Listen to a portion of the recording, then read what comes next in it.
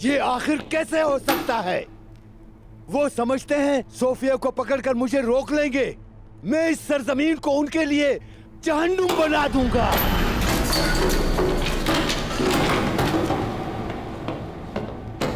तुम मेरी बेटी को जिंदान से निकाल कर लाओगे निजामुद्दीन। तुम आलिशार की हवेली को सबसे बेहतर जानते हो। हेलिन और मैं अपनी पूरी कोशिश करेंगे। अगर मेरी बेटी को कुछ हुआ तो याद रखना निजामुद्दीन, उस हवेली के साथ तुम्हें भी जला दूंगा। मैं सूफिया को कुछ भी नहीं होने दूंगा, वादा करता हूँ आपसे। तुम उन्हें दिखाओगे निजामुद्दीन की यानीज कौन है।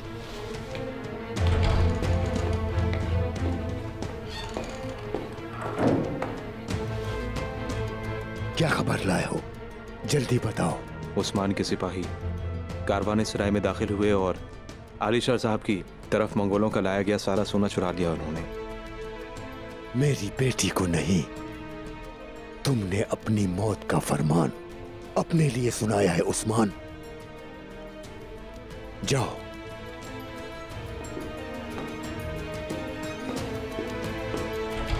आप क्या सोच रहे हैं? आलिशार से कारवां सराय में मिलने का सोच रहा हूं मैं।